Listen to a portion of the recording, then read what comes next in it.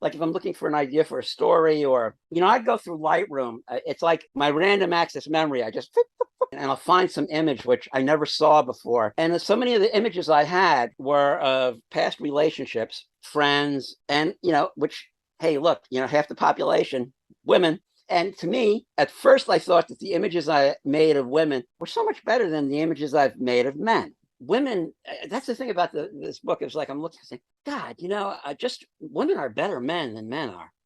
They are.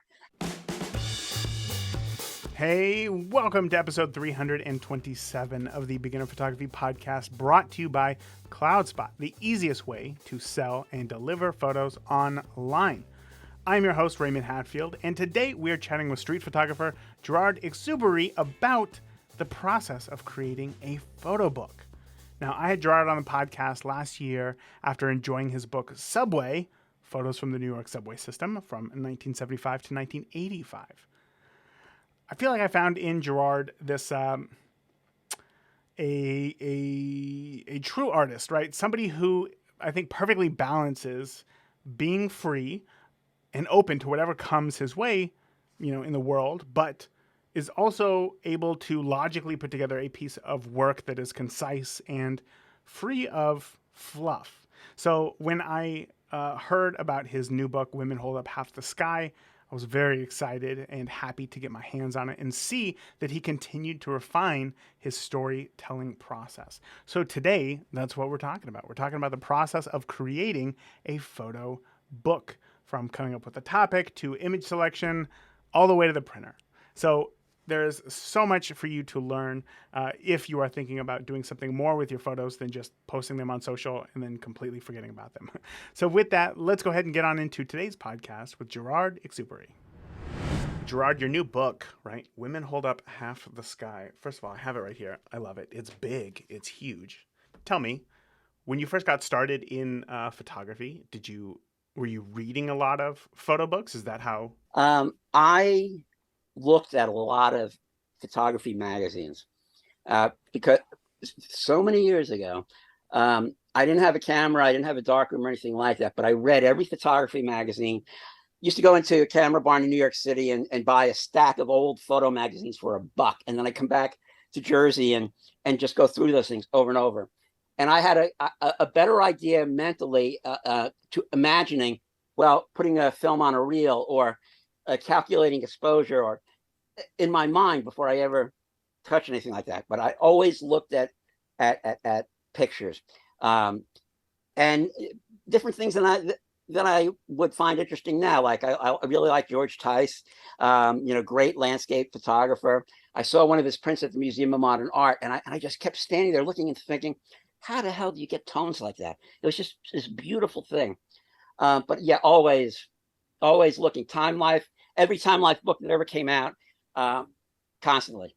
My mom had spent like $1,000 at that time having my room wallpapered. Mm-hmm. And one day she comes in and I have all these pictures taped to the wall, and she just freaked out. Didn't like the walls covered with no, not with the pictures. No. So before we started recording, you talked about how you had just written a guest article on a blog, basically saying that you're okay if you never go into a dark room again, right? You've been shooting a long time. You spent a lot of years in a dark room. So then let me ask you this question, right? Photo books were a big inspiration to you getting started.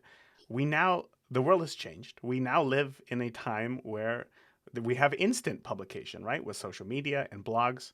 Why did you decide to make a book? Oh boy. It comes down to how old I am now, how much organization I've had over the years, and what's going to happen when I'm not here. And, it sounds dramatic, but Vivian Maier, I don't want to be her. I don't want my stuff to end up someplace and hopefully somebody will find it if it's worth seeing. And that is not, that's for other, I think it is obviously, or I wouldn't invest the time and effort, but that's for other people to decide it. The reason I went with a book is because I've had a couple of shows, and hey, that's really nice. People come, we have cheese and wine, and we talk, and oh, that's wonderful. Boom. Maybe you sell something. and I've sold a couple of prints, and that's it. And I was thinking back when I was a student, you could go. There was like a gallery opening in the city. It must have been two or three every week. So that's how I drank and ate most of the time. Or grab some nice person from class or something, and we just go. But and people really, it was a little bit different. People were very much more enthusiastic, I think, about buying prints. I came upon the book idea because I was thinking, it's great we can see these things on the screen, and God, they look beautiful, on the screen, fantastic. But unless you've actually held like one of these prints that were done on DuPont Varigram paper, it had so much silver they sent a security guard with it. I've been working on that. It had so much silver in it, and it just gorgeous, gorgeous prints. And that to me is what photography is. I mean, if you can only see it on the screen, okay, you can only see it on the screen. But if there was a way for me to preserve the work that I had done, it was going to be in a book. And you know what? If I only print 100 copies, well, at least I know there's 100 versions of those out there in the world someplace. Mm-hmm. And if you're going to work, if like I'm not a wedding photographer, I don't do commercial work. I just do this for myself, and I always have. So what's the point? It's never been about money for me.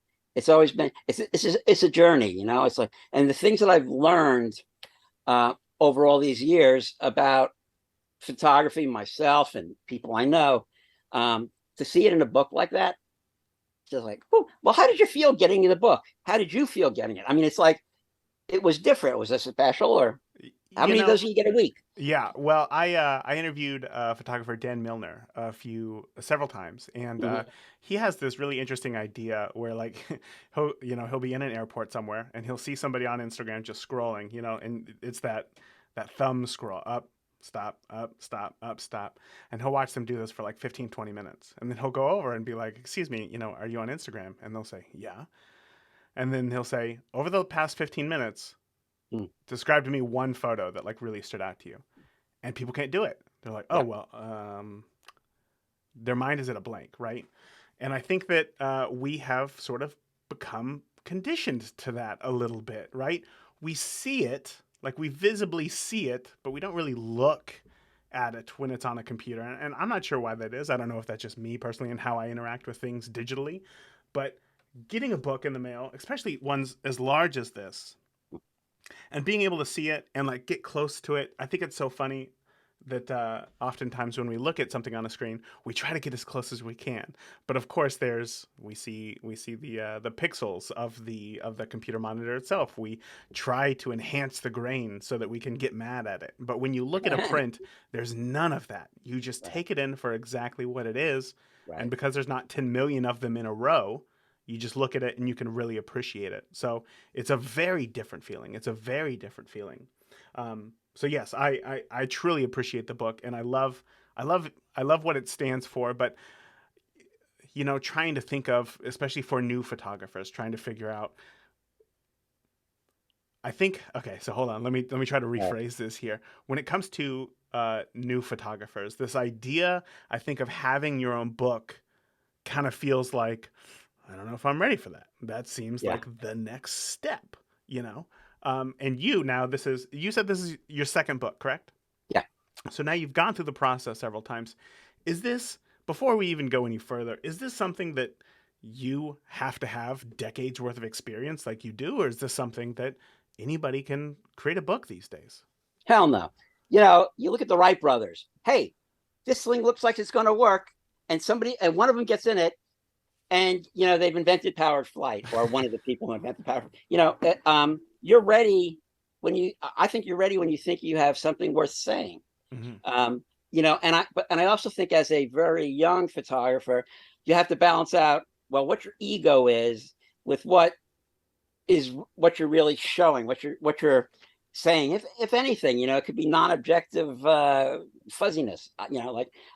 But it's such a personal decision, and I think that I mean, it used to be when I was a kid, I thought, oh, I want to make a movie, and that there's a book out called How to Make a Movie for the Cost of a Used Car, or something, right? Which is true, like for 8, 10,000 bucks, whatever. And it's very expensive to do a book. If you're gonna, any way you look at it, with no matter what size. The first book was 8 by 10 soft cover. This is 13 by 11 hardcover, and it's expensive. So no, it's not. If you think you're good enough, I would just be. When you're young, I think you really need to grow up a little bit before you know exactly what you want to do or say. And so I would just keep that in mind. Yeah, yeah, of course, of course. As every year, me and my family, well, I guess me, I create a yearbook for our family, and I create them through Blurb. Mm-hmm. They're not this size, they're not of this quality, but I can say that when you're just making one photo book, right? Even if it's like $100, Yeah. it's a lot of money to spend on a Yeah. photo book, right?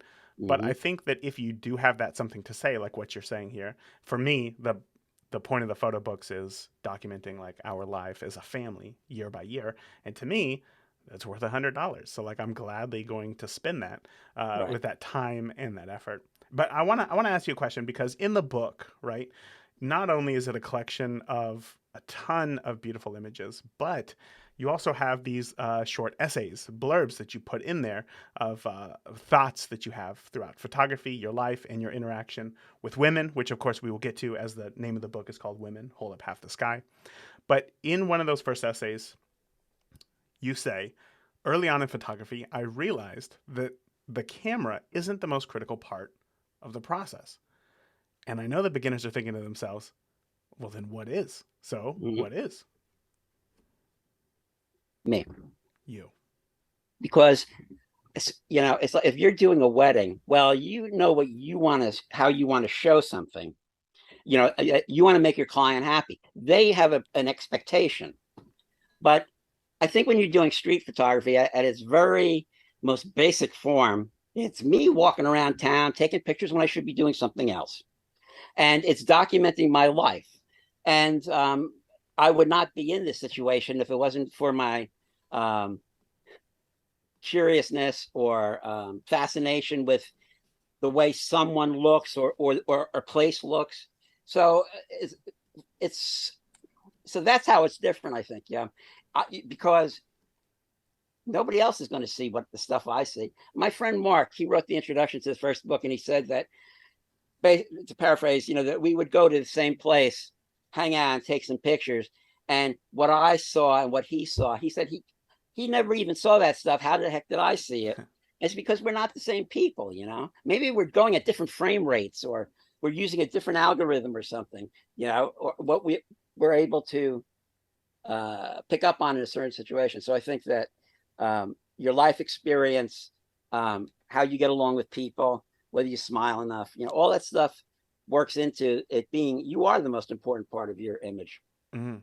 Okay. You're not in it, but you did Right. it. Right. Okay. So, side question here. Mm-hmm. I think I was watching an interview a number of years ago with, must have been either Steve Martin or maybe it was Martin Short. Anyway, the first question that was asked was, tell me about your relationship with your father, right? And I know that there's this idea in comedy that comedy comes from pain, right? Right. And I know that by reading the book and by talking with you last time, you didn't have the easiest childhood growing up either. And then right there, you just mentioned the importance of life experience, right?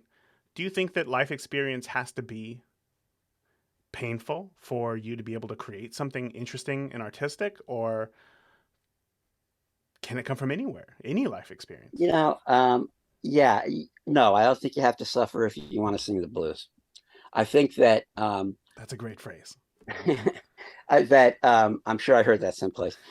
But you know, really, when you look at how somebody is brought up, you can tell. I mean, somebody who's had a good childhood or had parents that really encouraged them. I never had really when I was growing up any real encouragement in photography. I was working in a vacuum for the longest time, and my kids, I was afraid to be a dad because I thought, well, I had such a crappy time of it. How am I going to know? Well, because it's like you look for all the parts that are missing in you, and you realize those are the parts you have to put out there and work the hardest on. And my kids grew up thinking, my youngest son grew up thinking, like I was missing computer parts. Yeah, I used to work on some computers, and my wife found them under his bed when she was vacuuming. And so I just said to him, I said, "Hey, what's the deal?" And he goes, "Oh, I'm building a robot." I said, "Oh yeah, really?" I said, "Isn't it? How's it going to stay under your bed?" "No, silly, it's not going to be under my bed."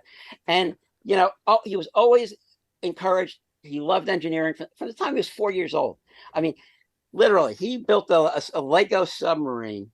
I mean, this thing was like this big, and we're done. And the kids and I were going to go bowling, and we're getting ready to leave, and he's lifting it up to put it on shelf, and the thing he drops it, pieces go all over the place. He didn't say a word. He just sat down and he started back putting. And my other son said, "Oh, we're not going anywhere," which is true. So that's the person he was. Now he works for. Uh, he has a high security clearance. He works for a company working on satellites, which is always a big deal for him. And the Right. other one is making movies. So I think, you better cut this because it's just too much. But yeah, if you're not encouraged, then I think you are working from an area of loss. But if you feel like, I always wonder how these people end up in like Lebanon or Vietnam or Syria or Iraq or whatever, and they're like 22 years old. And well, wait a minute, how the hell did you end up over there able to do this documentary work?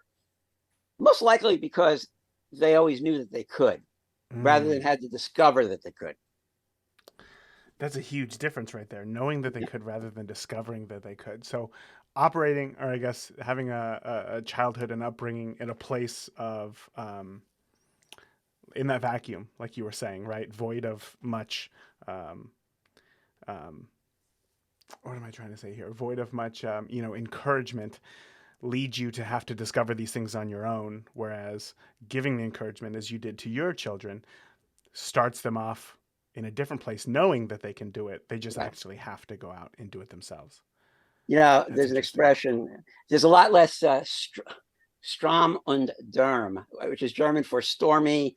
It's a lot less drama, I think, when you have always been brought up in an environment of love and compassion, and seeing, you know, hey, my dad and my mom don't litter. They don't call these people who are a different color certain names, or and you lead by example. And um, so for some people, it's harder than others simply because they haven't had the training. Sure. I think that I think it's an important thing to bring up. There's a lot of preconceived ideas that photographers have, and even comedians. That's why I guess I brought up that little quip right Yes. there.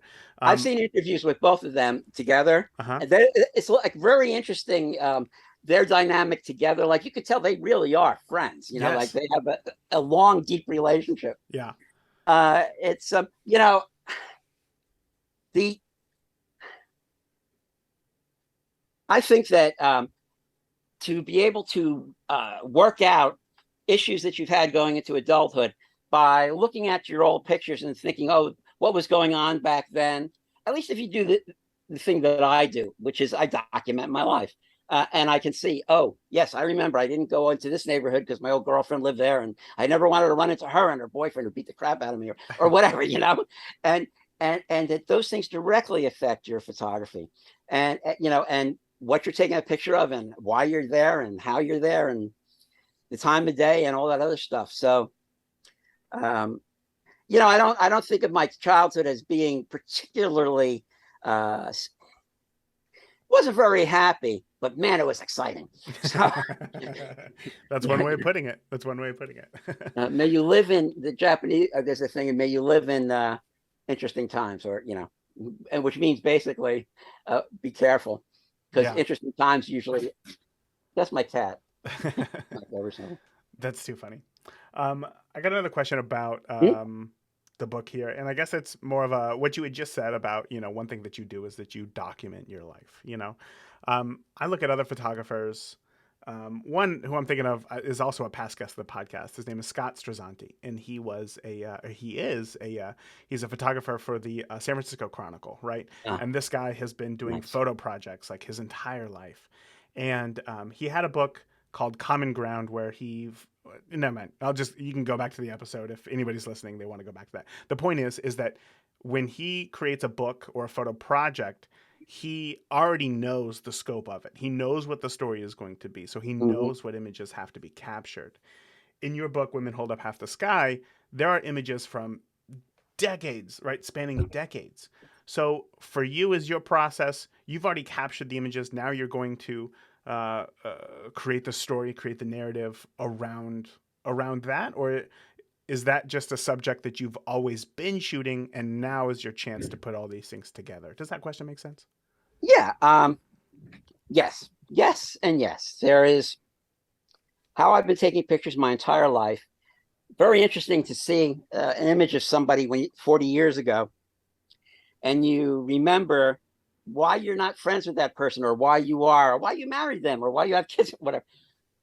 But I've always tried to put myself in situations where um, the job is secondary to I'm taking pictures. And one of those things is before the pandemic, and when I could still walk around, I was doing uh, foreclosed and abandoned properties for these banks and real estate companies, and the pay was below insulting. It was just horrible. But I got to go into places legitimately that you could not go into. I mean, I got to see the people because I love talking to people. I got to see the people and the places that these people lived in, that because of what started in 2008 and the cascading effect, these people are losing their homes, or to go into a place in Newark that was beautifully renovated, but you go in there. I went into one place, I had to get a hazmat suit to continue because of all the damage that had been done and the gifts that had been left around. Oh, And but to be able to get into that situation to photograph, I was walking past the tattoo place, and goes back when I first got the X100, the very first one. And I'm looking in the window, and I hate tattoos. Not, I don't think that there are just so few people they look good on, and you know, yeah, I get yelled at for that, but I just don't like them. I see no reason why one should make treat your skin like a cocktail napkin that you're doodling on. Yeah. But okay, so I'm standing outside the tattoo place. It's kind of nice place, and I've never gone in. I've never been in a tattoo parlor, not the least bit interested. But I'm looking inside, and I'm thinking, huh. And for whatever reason, I walk in, and I've got the X100 hanging around my neck, so it's obvious. Hey, maybe I want to take some pictures. And I started talking to the receptionist, who was very nice. And I said, who would I talk to about maybe coming in and taking some pictures? And the guy was standing right in the back of me, and his name was Ox. And I had expected when I went in there, either it was going to be a very nice experience, or I was going to get beaten to death with motorcycle chains and sold some meth or oh, something. jeez. And you know what? The nicest people in the world. And I ended up going several hours a week for about 3 or 4 months. And I learned so much about tattoos, which I still don't like, but to learn about those people and to document those pictures. So I will give myself a project if it moves me. I mean, there are just certain things that I'll look and I go, oh, that's interesting. Let me explore that with my camera. Mhm. And then other things, it's like um, some of the best pictures I think I've ever made has just been every day hanging out with friends or whatever, and they do something, the sunlight's in a certain way, and I'm on the right drugs, and you Yeah, get the right picture. it just happens, of course. Yes. Yes. So let's now explore then more of the concept, I guess, behind Women Hold Up Half the Sky, and that Okay. is, uh, I want to know, to create a book, you had the intention of creating a book. So I'm assuming that the first step is to figure out what is the book going to be about? What is the idea for this book? So where did the idea come from? The Subway book, which was the first one of the things that kept being said to me was, or I had heard was, is this guy still taking pictures? Is he still alive? Because most of them it was 75 to 85. Yes. and it's all analog. And so, and maybe that's true or not, but it really bothered me that I did hear at some point somebody said that. Um, and it bothered me because I've been taking pictures my entire life. It's just that I thought that, well, these are all subway pictures from an era that doesn't exist anymore. So I thought it would be an interesting book to do. And because I was pretty much stuck in bed because of a back injury, I could sit at the computer for maybe an hour or so, but then I was right back into bed again. So I wasn't going out taking any pictures. And I thought, I did this one book. I really want to do another one. What do I want to do it on? And I'd go through Lightroom. It's like my random access memory. I just, I go through and like if I'm looking for an idea for a story or some inspiration, and I'll find some image which I never saw before, and you go down the rabbit hole. And so many of the images I had were of past relationships and friends, and which, hey, look, half the population, women, and to me, I thought at first I thought that the images I made of women were so much better than the images I've made of men, which turned out to be totally false.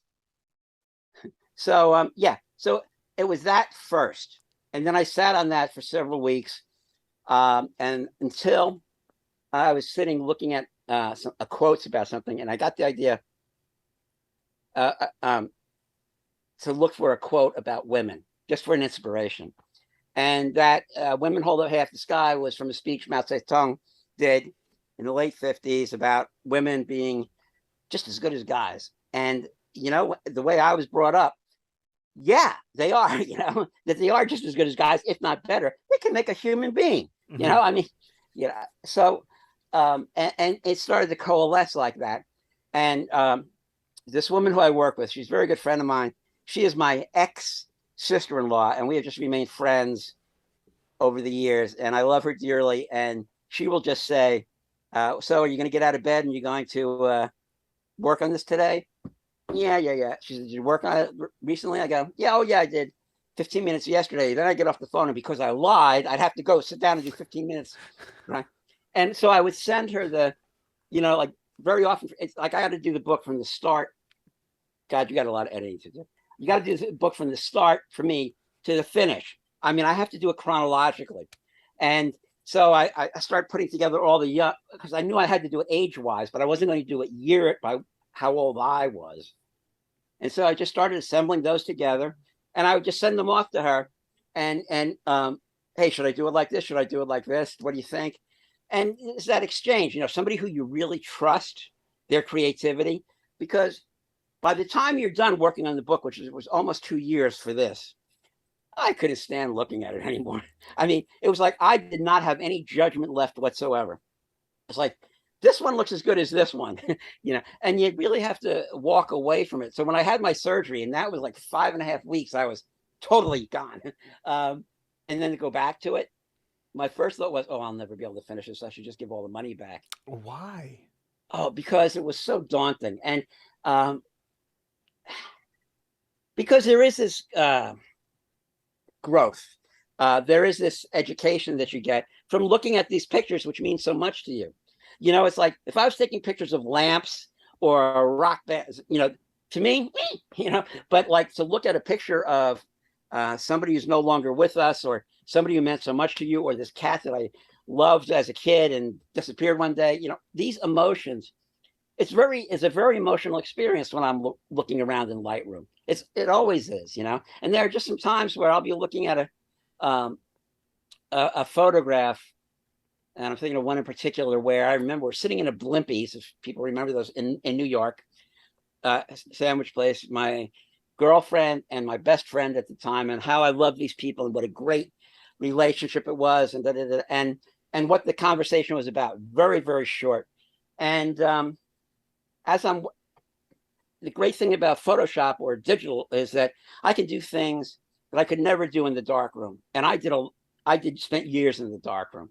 And I spend more time now working on an image in Photoshop than I could have in darkroom if I wasn't Wow. doing separations or masks and things like that, which just was prohibitively expensive or took too long or whatever. But in Photoshop, to be able to correct a damaged negative, like I have some negatives that were damaged in a flood and half the image is missing.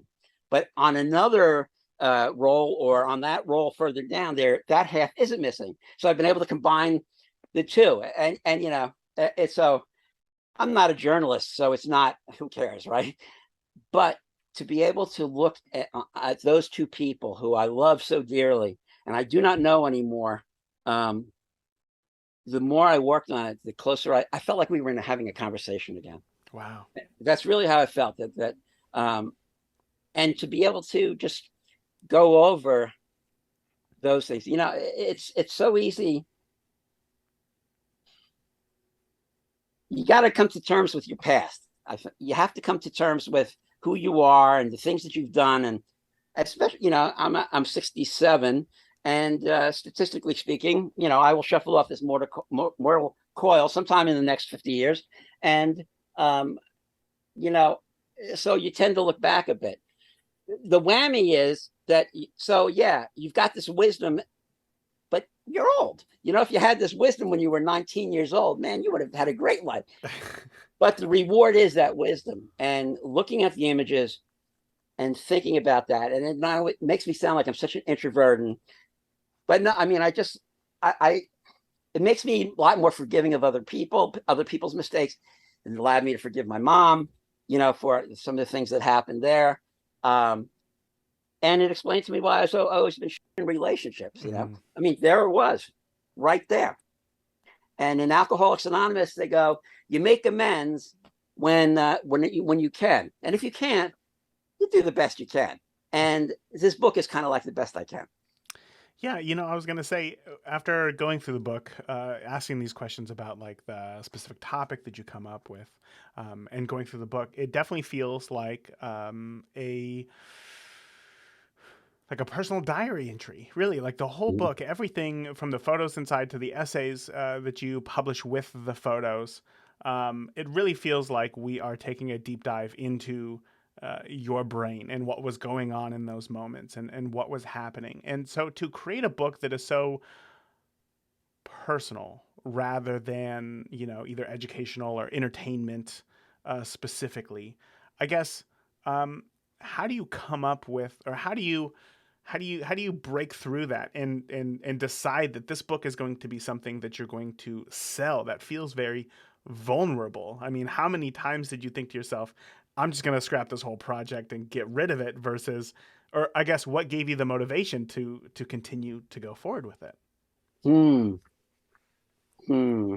I think a lot of it has to do with ego, and which I think for an artist, for a creative person, you really have to know when your ego is writing checks that you know that you can't pay. And so the things that I write about, I've been asked, are they, is it true? Like, I don't know. Oh, the tarantula story is in the new book, right? Yes. Right. And is that true? The only thing that's not true is I changed the names Mm. of some of the people, because when I'm standing there in court, I just want to have some plausible deniability, you know. And but absolutely true. And um, I put myself into situations that this stuff happened, or maybe it's just the way my brain took all this information and assembled it together. But all true. Do I mind sharing it? No, because they're great stories, you know. And you know what? You think you're any more human than me? You know, you think you fucked up? No, you know what? I'm gonna, yeah. It's like, hey, geez, you know, the embarrassment of going through a bankruptcy. Well, you think that's bad? How about the embarrassment of going to jail for 40 years or whatever? You know, it's like there's always somebody who had it a little bit rougher and has a great story, or maybe they're not willing to tell that story. But I've always thought that I can help people who have had issues like I've had with depression and anxiety and relationships, that by saying, hey, here it is, and you have to deal with it the way you can deal with it. For me, it's sharing it, and I don't mind doing that. You know, it's not my problem if somebody has an issue with it. Oh wow. No, I guess it wasn't necessarily wondering if people were going to have a problem with it. I think it just feels very, I guess, vulnerable, for lack of a better term, right? As if, Yeah. because now there's people who know things about you that are very deep inside of you. And I guess it really just depends on who you are as a person and how much you just naturally share with people. Mm. But I think, when I look at the images that you have put in the book, um, and maybe this has something to do with that, but there's this feeling of I'm there in that moment. There's this feeling, there's so much context in your images, and yet at the same time there's so much emotion, right? Whether it's confusion, or whether it's like I think I brought up last time the image of the girl on the subway who was looking up, and Oh it was God, yes. it was that feeling of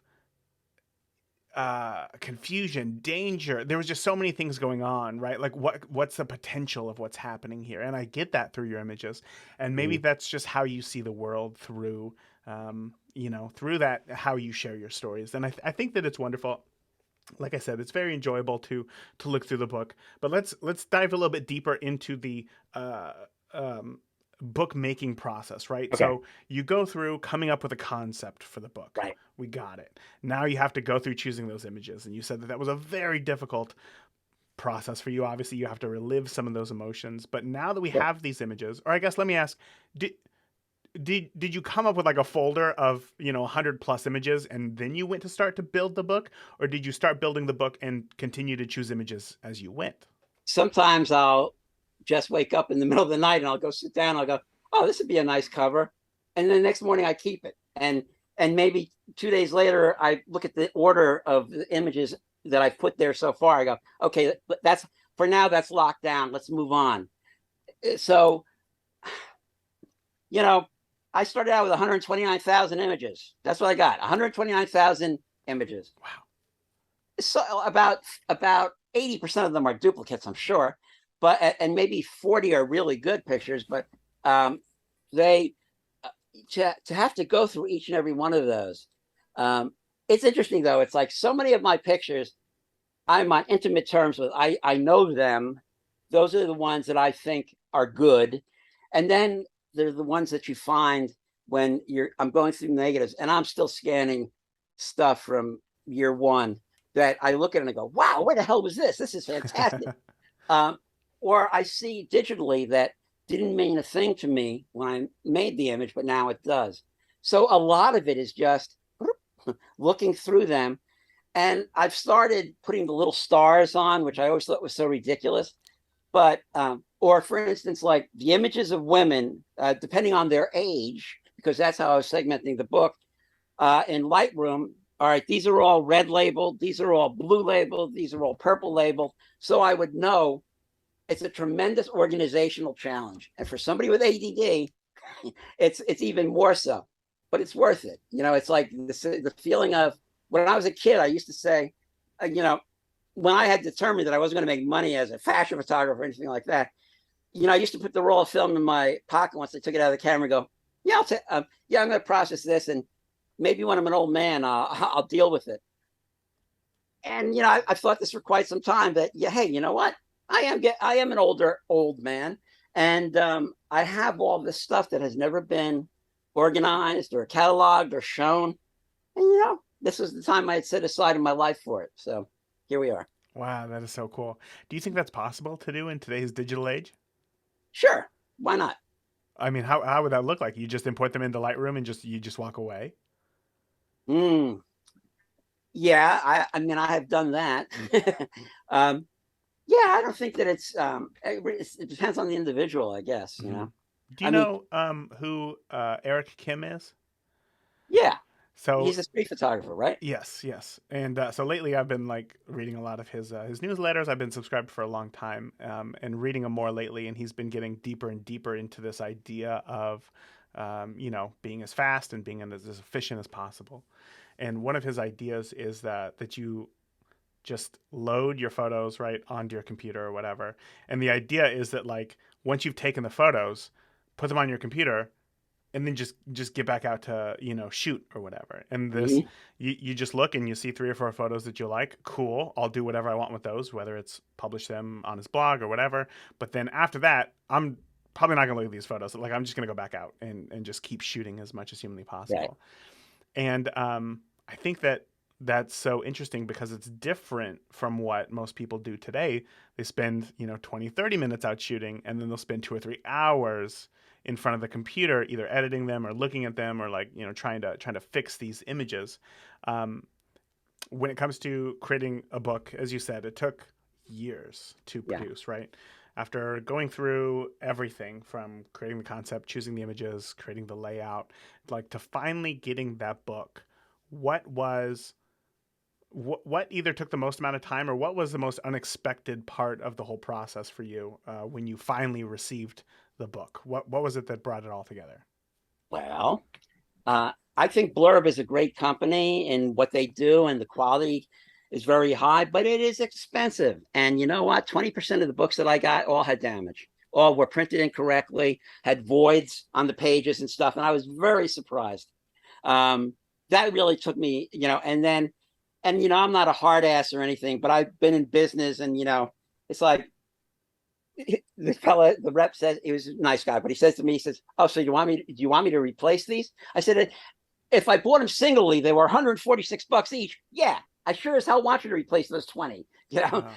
And and he did, and they came a few days later, and everything is fine. But that kind of, I was very surprised that I said to him, I said, is anybody doing QC on these things when they're being printed? He goes, no, they're not. Because Oh, once you really? sign off on it, they're just expecting it's going to print the exact same way. Oh, And wow. I got no explanation for why, whatever. I have found out about a company that prints out of Japan, and the rates are very good, but the minimum run is 1,000 books. It's a lot And of I'm putting bucks. 1,000, Yeah, that's right? a lot. Yeah. Well, the subway book, this week I'm meeting with people from the Metropolitan Transit Authority. They have stores. They have a store in their museum, but they also have stores they set up around town around Christmas season, like these pop-up stores. So I'm hoping to sell them. If I get a certain number of an order, then I will print 1,000, because it brings the price down for the subway book. I don't mind telling you. It was like, if I printed singularly, it was like $65 or $70. Printed in 100, it came down to 30 something dollars. But at 1,000, I paid $10 for those. You Mm. can sell them for anything. I mean, if the quality is good, it's like anything else. You'll pay for quality. I'd rather pay for quality. As long as I know. I mean, you can tell. It's just I bought quality over quantity always. And um, what's my point? My point is that um, with the new book, I probably ended up paying $10 to $15 for each book I did for those people who because at the time I did the Indiegogo and Kickstarter, prices were one way, and supply chain was another way. Ah. And by the time the book was ready to go, um, things had changed considerably. And for me, it was kind of you know, I when things started taking a long time, I made a couple of videos for the troops saying, anybody wants their money back, just contact, even way beyond the time that Indiegogo or Kickstarter says, hey, just get in touch with me. And not a single person asked for their money back. Not a single person bitched, except this one guy in Spain. And I think it was just because his English wasn't so good. And in the end, he just sent me an email 2 weeks ago. I was very happy. But I was just the level of uh, I just felt like if I had to come through for these people, Yes. and that I wasn't just suddenly going to say, oh, by the way, I made a mistake, you owe me 25 bucks more. So, and as I said, it's never been about the money. I just want the pictures out there. I don't want to have to pay you to look at my pictures, but this is what I know for next time, and I've already started on the next book anyway, so I'll know better for the future. So Do you have any insight, or could you tell us what possibly the sure. next book is about? Sure. First one was women, next one is men, and the Ah, third one's going to be cats. cats. Very cool. So again, that's one of those things where just over time you've amassed lots of photos of cats that have been important in your life, and Oh, it's going to be a book. yeah, let me tell you something. I have this cat here. Hey, Max. And he's a rescue, and his life has been a lot like mine. But I haven't had a cat in so many years because the last one that died, I've cried far more for my cats than I ever have for human beings. And it's funny. Like I said that about my mother, and she would understand that completely. She would, because it's such unconditional love. And so I love having my cat now, and yes, I would be more than happy to do a book about cats, but it's going to be about men. Gerard, we have come to the end of our time here. Unfortunately, it's always a pleasure speaking with you, hearing your stories, and getting your insight into photography as well. I know that listeners are going to enjoy this episode, and I'm sure that some of them are going to think to themselves, "Well, I got to find out where I can see this book and some more of Gerard's work." So, where can you point them to do so? GerardExupery.com, one word. Perfect. That is nice and easy. Of course, there's going to be links in the show notes to that as well. Gerard, again, thank you so much for coming on. I know that we had a bunch of scheduling conflicts and whatnot, but we finally made it happen, and I'm sure glad that we did. It's always a pleasure talking to you. It really is. I enjoy it. Man, my biggest takeaway from this interview is that I think we need to be more like ants. Ants who, when their whole entire ant colony gets knocked over, they don't wallow in their self-pity. They just get right back to work, right? They don't even stop for half a second. They just immediately get back to work. We have a million excuses for why we can't get out and shoot, or, how we used to feel more creative, but we just don't anymore. I think it's time to get back to just doing it. And by doing it, we're going to find that momentum and get ourselves back to that spot. And if it's important to you, like really important to you, then you're going to find a way to make it work. If you got any questions about today's episode or feedback on the show, feel free to reach out to me. I would love to hear it by clicking the contact button at the top of beginnerphotographypodcast.com. And while you're there, hey, be sure to download my free Picture Perfect camera settings cheat sheet with camera settings for more than 10 popular types of photography, filled with my own personal and professional images and real-life camera settings, so that you know where to get started yourself. Now, that is it for this week. Thank you again for tuning in to this episode of the Beginner Photography Podcast, brought to you by CloudSpot. CloudSpot truly is the easiest way to deliver and sell your photos online. If you want to learn more about CloudSpot and sign up for a free account, you can do so by heading over to deliverphotos.com today. And remember, the more that you shoot today, the better you will be tomorrow. Talk soon. Thank you for listening to the Beginner Photography Podcast. If you enjoy the show, consider leaving a review in iTunes. Keep shooting, and we'll see you next week.